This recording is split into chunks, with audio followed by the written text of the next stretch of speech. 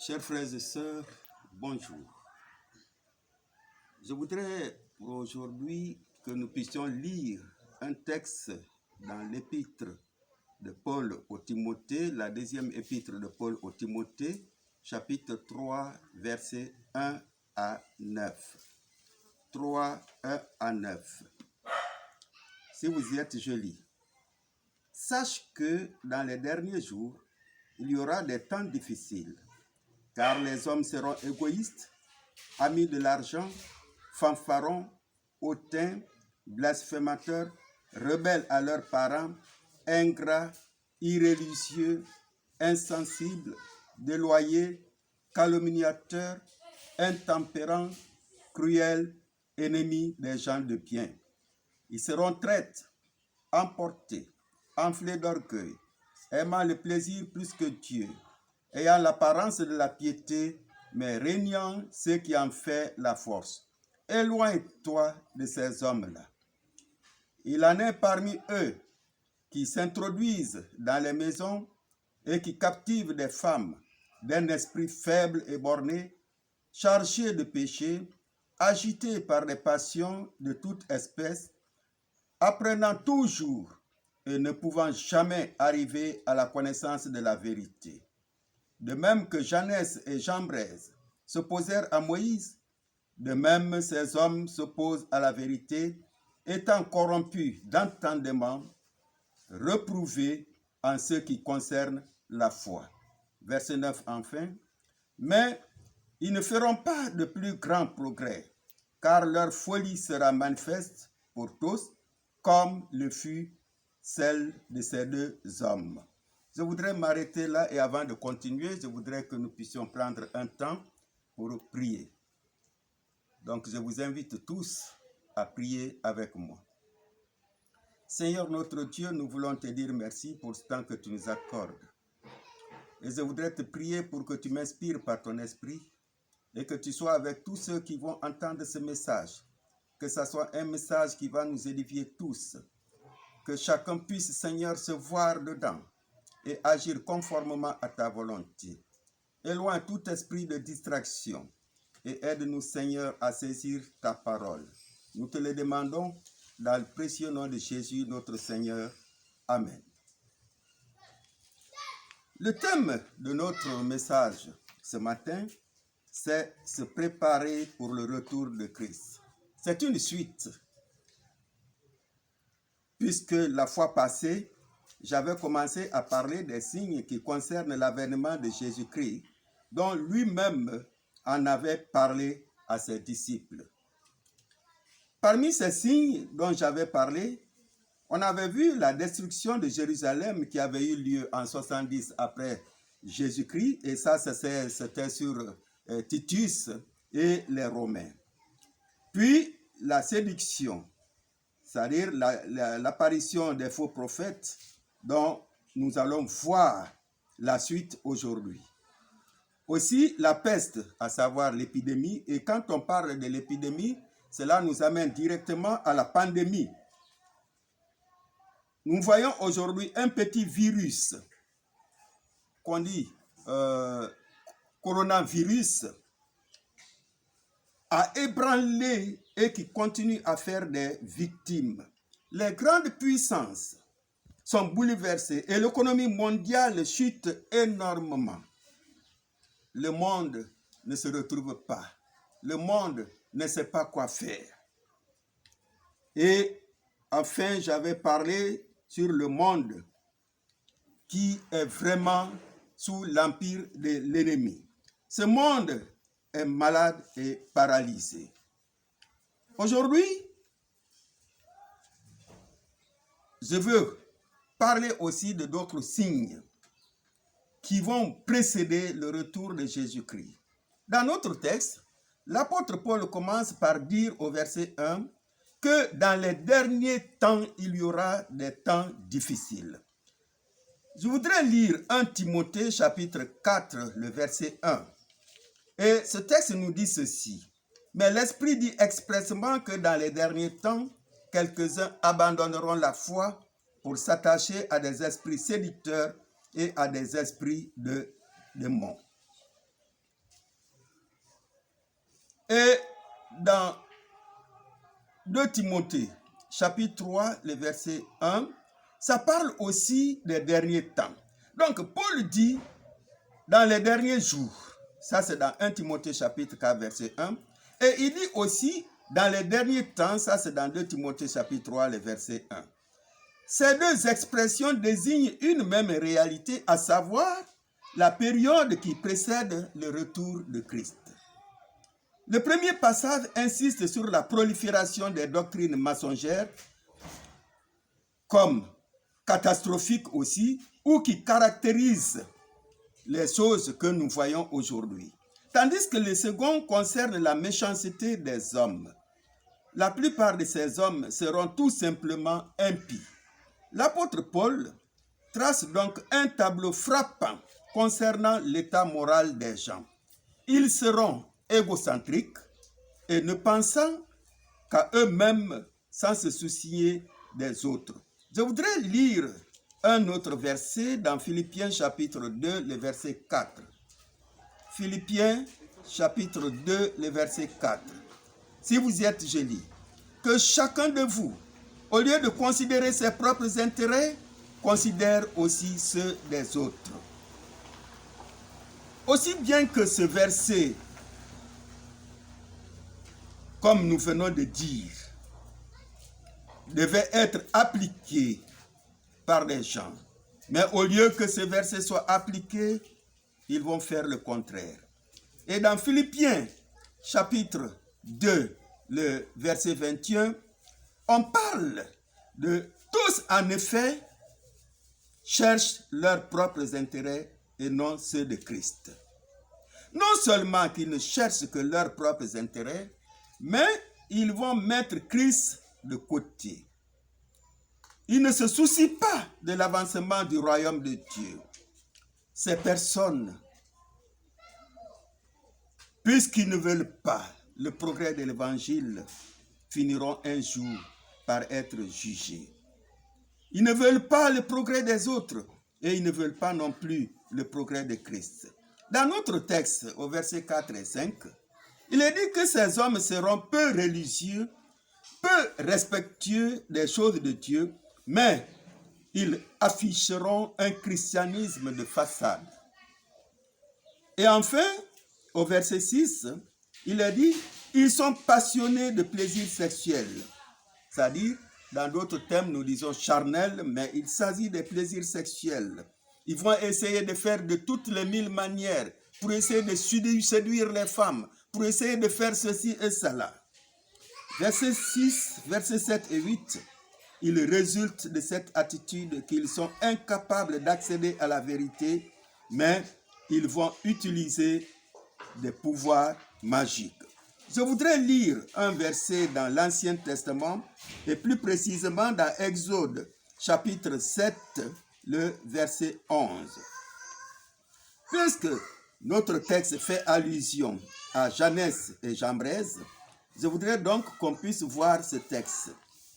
Il est écrit, « Mais Pharaon appela des sages et des enchanteurs et les magiciens d'Égypte. Eux aussi en firent autant par leur enchantement. Ils jetèrent tous leurs verges et déverrent les serpents. Et la verge d'Aaron engloutit leurs verges. » Oui, ils ont essayé de limiter Dieu. Ils ont essayé d'imiter Dieu. Ils ont essayé de faire ce que Moïse avait fait. Mais malheureusement, ils n'ont pas pu. Le miracle des magiciens est le fruit d'une certaine puissance et alliée à des pratiques occultes. C'est une imitation de la pratique divine. C'est ainsi que se manifeste souvent l'adversaire de Dieu, Satan lui-même qui trompe et copie. L'apôtre Paul a ainsi donné la photographie de notre société. Nous voyons le plus grand désordre et trouble dans le monde au niveau moral. Les gens veulent que des vies se perdent pourvu que leur entreprise, leur business, leurs affaires marchent. Nous voyons la discorde et des troubles au niveau social et économique. Là où la crainte de Dieu n'est plus, tout chancelle. Il n'y a plus guère de loyauté, ni de respect de la parole donnée. Un esprit de révolte règne partout, jusque dans les familles.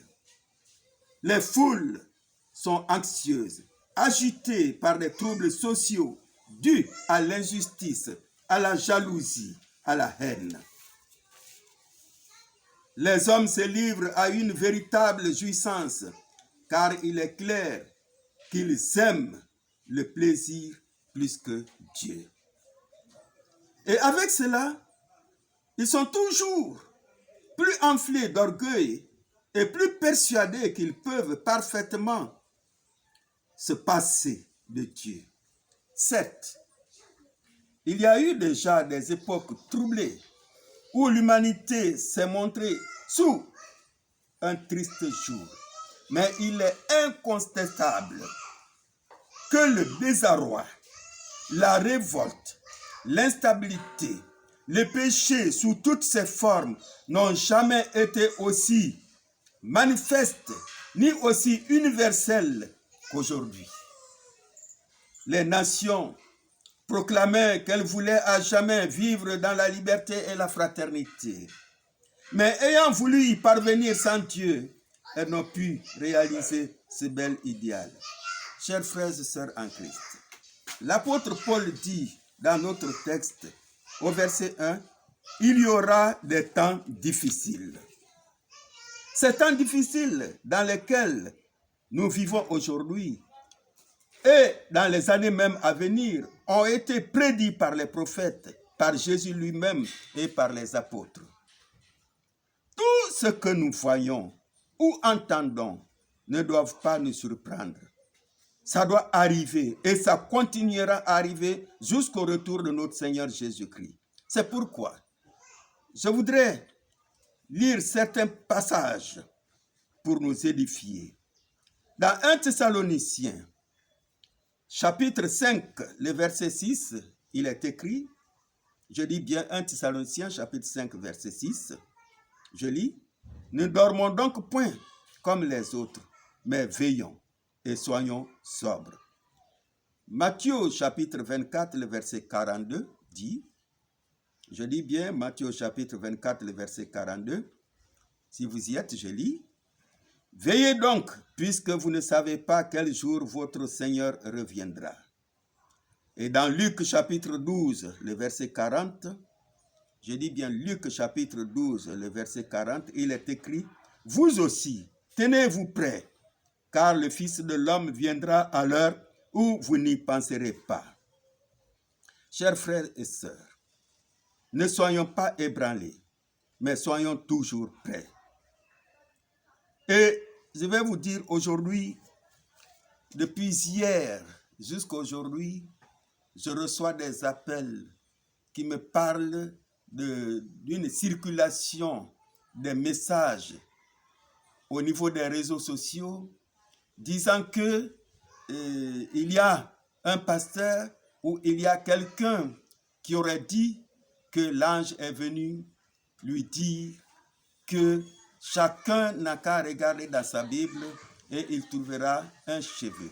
Et quand il va trouver le cheveu, il doit prendre cela pour mettre dans un jar ou dans quelque chose et boire. Et quand il va boire, cette maladie ne pourra pas l'attraper.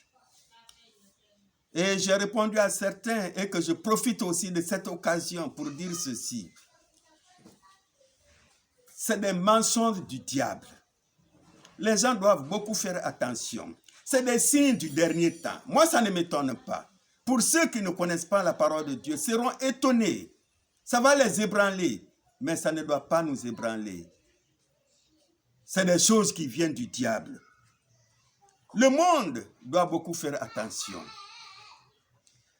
Qu'est-ce que la parole de Dieu nous dit? Dans 2 Corinthiens, chapitre 11, le verset 13 à 15, que Satan lui-même se déguise en l'ange de lumière. Donc, il fait cela pour tromper les gens.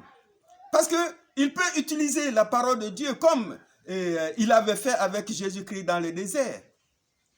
Lorsque Jésus était tenté, Il parlait de la parole de Dieu. Il est écrit, mais Jésus aussi répondait en disant, il est aussi écrit. Oui, il utilisait la parole de Dieu.